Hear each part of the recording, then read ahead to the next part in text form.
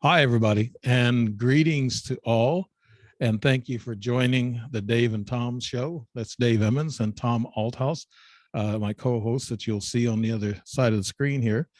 And a little bit about Tom. He was an actor, screenplay writer. He got into writing The Immortals, and which was kind of floated into the Matrix, and they took that away from him. The cabal in Hollywood, a corrupt judge, of course, and he'll probably make some pointers on us as we go through this hour.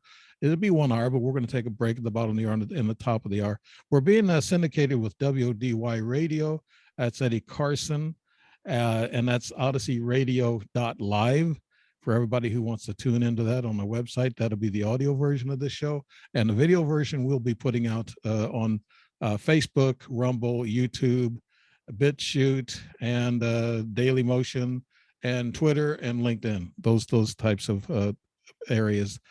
Some of the rest of them, they're a little bit too short for us to put on, so we can't get around to all of them. Okay, what we'll do is, Tom, you got any openings that you want to talk about? Do you want to open up with something? Well, the thing I hear most over and over again is that, the cabal's crumbling. And basically, like to say they have a rear guard action going right now where they're trying to create the facade of being in perfect shape and they're fine. A little extra bravado, a little too much push, a little too much PR, where they're trying to make it sound like they're okay. They're not. That's a sign of crumbling. So I just want to share that. It's great to be here with you, with the audience, and the skies are starting to clear. They're falling apart. Their armies are just falling apart. Yeah, and Tom, we just talking a while ago that things are falling apart for the cabal and deep state.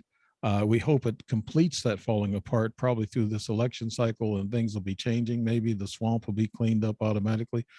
We don't know. But myself, Dave Emmons here, I'm on my third book. And of course, I'm into UFOs and Senseless Wars, the second book, and now the Angels and Watchers. And I'm getting into a lot of interesting stuff in which really describes our history biblically and everything else, and a lot of mysteries that comes about through that. Okay, we'll start with some of the news things first. There's more shootings. Of course, crime is up. I'll be reading some of those stats pretty soon. 3 shot in Ohio high school football game, and they all survived, and that's a good thing. Republican Party, the Dems claim 96,000 extra immigrant voters in Georgia. And I thought, how could an immigrant vote? They're not legal. And so the Republicans are demanding voter ID. And this comes from the Republican Party. Of course, we don't know the legitimacy to all this. We're not going to claim it. We're just putting it out there. ABC News report, Putin orders missile attacks on Kiev, Lviv, and Kharkov. And he said that this bridge, it was blown up between, I guess, Ukraine and Crimea. It was blown up. He calls it a terrorist act. And here we have civilians killed and tortured in these Ukraine cities that the Russians leave, that they're pushed out of. They find all these mass graves of all these people. And then Putin has the nerve to call that blowing up of the bridge a terrorist act. So he attacked Zaporizhzhia first after the bridge was blown up. And he's trying to get revenge from a distance. Boots on the ground is not working too well in Ukraine, Tom. And I think Putin is finding that out. Well, it's interesting. We have differing views on this topic. Is the one that we have differing views on it. And I'm keeping my mind open to the fact that I think the PR machine of the media is really trying to spin like Wag the Dog, the film Wag the Dog, the agenda here. I've seen so much fake footage and things like this where everything's gonna be pinned on Putin, like everything was pinned on me.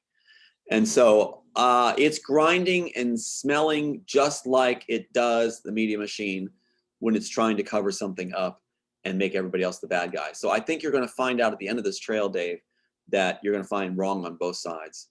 Yeah, I think so too. I think Ukraine has got some dirty hands. They haven't watched them for a while themselves. Right. But yeah, that war is going to happen and go on and go on. And also, I was telling you last week that Putin did threaten tactical nuclear weapons, and actually moved them towards Europe, the borders of Europe, European countries, and he moved them there by rail car. And so that kind of drew some red flags. I think Putin is just putting on some crap, don't you? Well, I saw the article you sent me, and it was very, very good. I'm glad we have this, give and take between us. This is really, really good. We're both accomplished. We're both analytical. We're both gifted. So I love this interchange we have and the value of the differing viewpoints. Because when I looked at that article, it said that certain scientists or elements were being transported on that train, but it did not specify that it was for the purpose of doing nuclear strikes. It was simply saying these personnel were being transported. Right. So it doesn't indicate that there's going to be, that's not Putin saying he's going to strike. That's simply a train heading a certain direction with certain elements on it. So we can't say that that's what it is exactly. But again, I see the machine at work here, where the media will take it and turn it into a big alarm. Like, you left your house for lunch, you're headed towards Denny's. Well, that's where the nuclear labs are.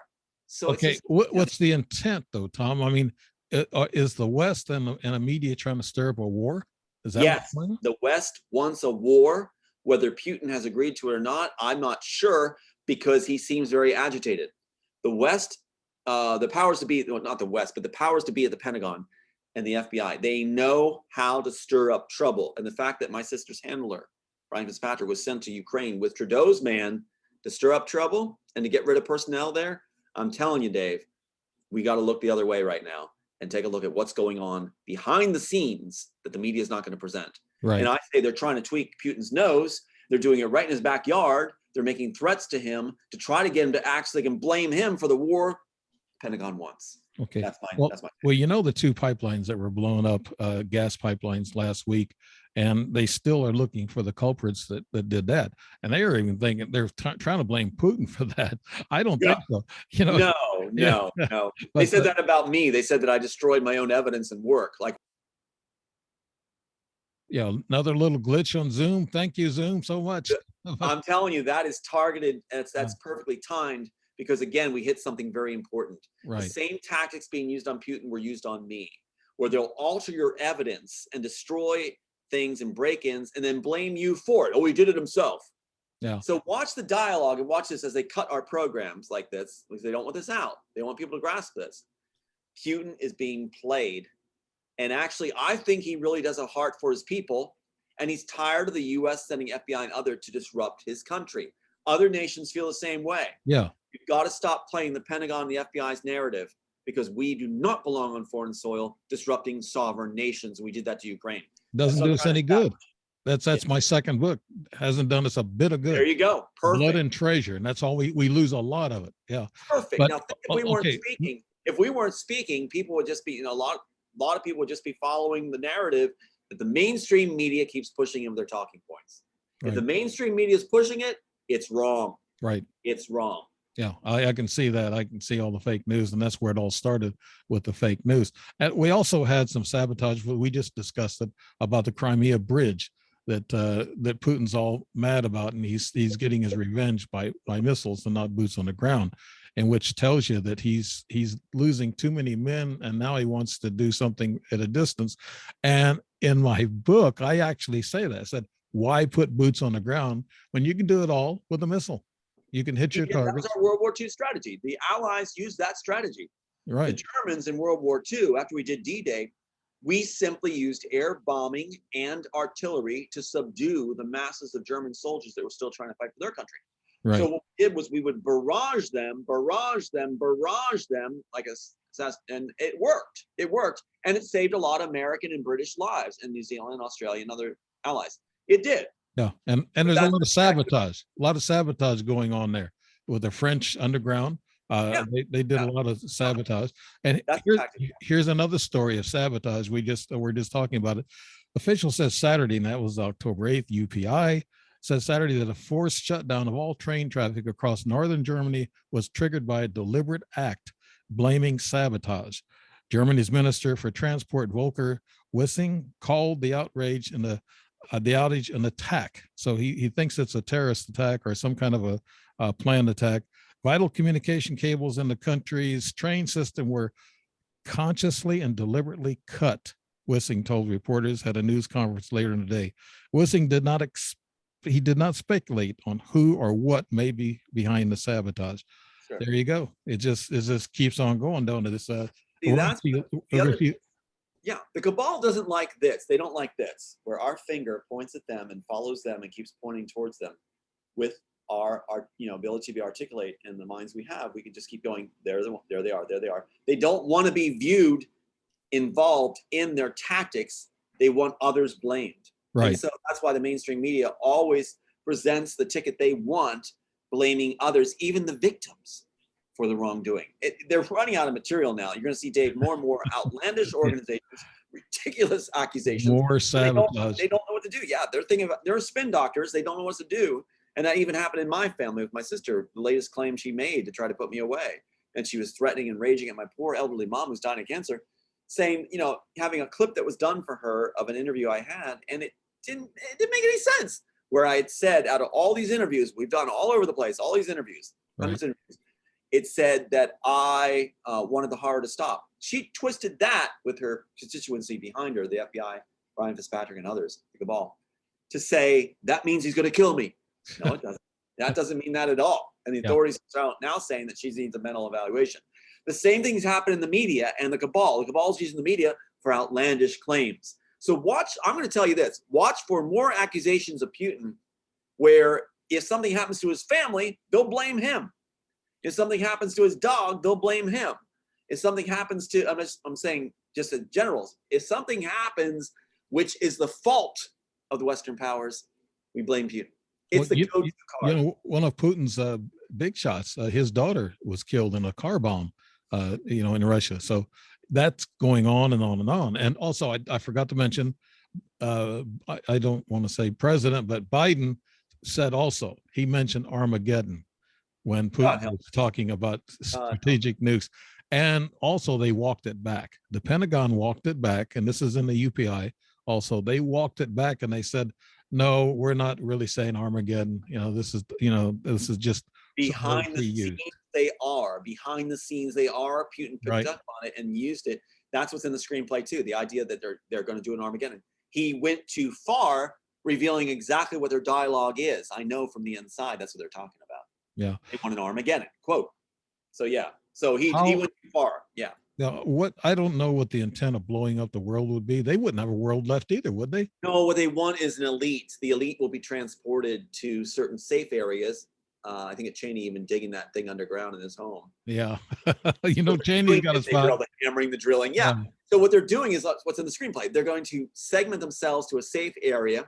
I would be surprised if you saw something like Ellis Island, or some island filled with elite. And that's when we know it's coming. So what they'll do is they want to reduce population where they have a world they control, a utopia. They think it will be a utopia, sustainable planet, and they'll have the best, the brightest, the prettiest, and that's how they'll justify to change the world. Yeah, and there'll be a better planet. They think with the elite running it without any more fear of the mob, which they consider the general public. Right. Well, they've been selling these underground bunkers for $1 million a hit. Sure. People like Oprah Winfrey's got a fancy one. I heard the Queen, before she passed, and her royal house had an underground bunker at the Denver airport. They say there's a huge underground living facility there. Well, I wouldn't be surprised. I mean, that would be for the head of state like that. Yeah, they've done that. They got the wintergreen that's in the screenplay. Wintergreen being Zion. It's there for a reason, and they justify it as saying we're going to take our best, our brightest, and we're going to protect our system of government. But that's what they're now utilizing to have this. They want the Armageddon so they can go there, these places. There's much more than we know, and on the mountains. And then we're going to eliminate masses of population that are considered just fat on the bone. We're considered, others are considered useless eaters, basically. Yeah, that's what they're saying. What they do. Yeah. Now they're going to pick apart the elite. A lot of us, like yourself and I, if we're accomplishing our work, I've been saying it over and over again, will be picked out in order to be set aside as assets and treasures. They refer to us.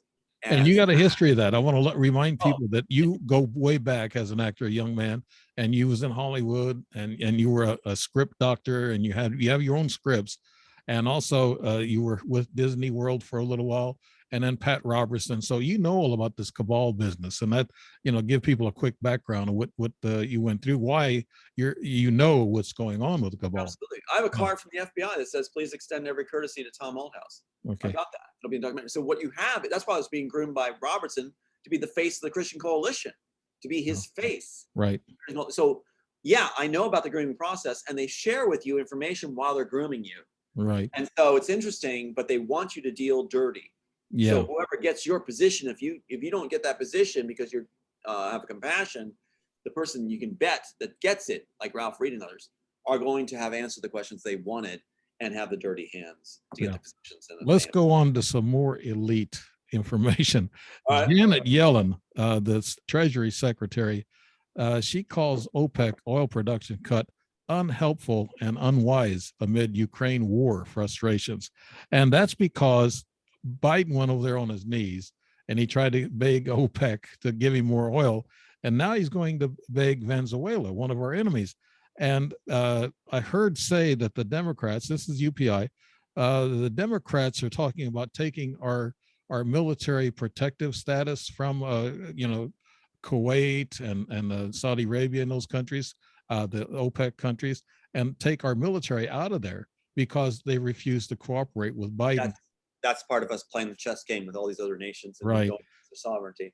But keep in mind what Fitzpatrick said, with the Ukraine situation, that cover article that was in the Philadelphia Inquirer, his hometown paper, when they did a cover article for him when he's in Ukraine, where the FBI doesn't belong on foreign soil. Right. And he's saying that they were going to remove all the aid that was promised, billions of dollars of aid to Ukraine, if they didn't get rid of their one of their top officials that was protecting Ukraine from the infiltration of the FBI. Right. Really, we got to look at what's going on. And it's will never tell you. It's all about the money, all about the oil, and oil is money. That was October 9th. We've been bullies on the block. This country's been a bully on the block. Yeah.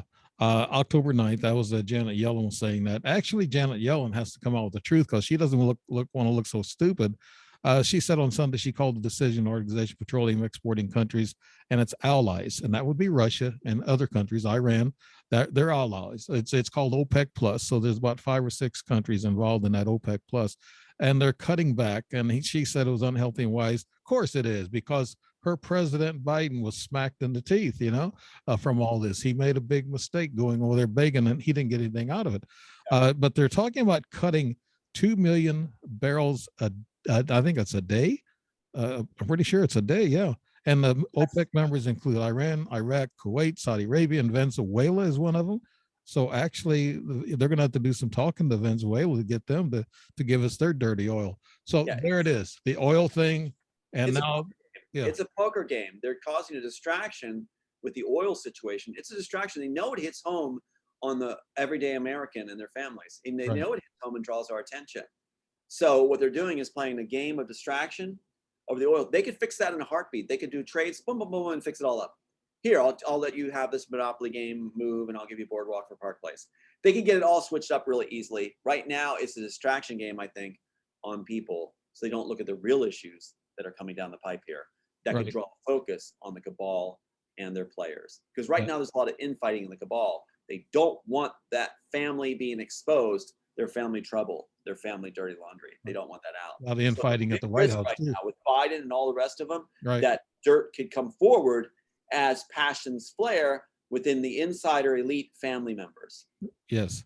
They're talking, they don't know how extensive these cuts are going to be, but they're talking about the Federal Reserve and the central banks, the big elites around the world raise their interest rates to address the recent spike in inflation. So it's all timed. It's all, money. They're playing it like a piano. They're playing it like a piano, and it's an orchestrated dance. And so really, they could fix it all if they wanted to. They're going to try to make it worse and claim they're doing it right. It's like the Roman Empire. I think it was Caligula, where his number one guy caused a grain shortage, which was the lifeblood of Rome, the Roman citizenry. He caused a grain shortage on purpose so he could save the day later. And that's what's going on right now. So he stored up grain himself, let the people starve, and a plague broke out. And then he was going to release the grain to usurp his friend, who was the emperor. So it's like you got this situation where it's the same thing. They're making the media make it look like they're good guys, the heroes, when actually they're orchestrating all these things for personal gain, political power, and to be new chairs levels in the elite. Yeah, Caligula was kind of a nasty guy, wasn't he? Well, it's interesting. I saw the movie. I saw the movie. Yeah, if you delve into his actual history, you'll see a lot there where he actually was benevolent at first and got screwed a couple times, burned a lot. And so what happens is he turns into this, he's being betrayed by his closest people. And you see this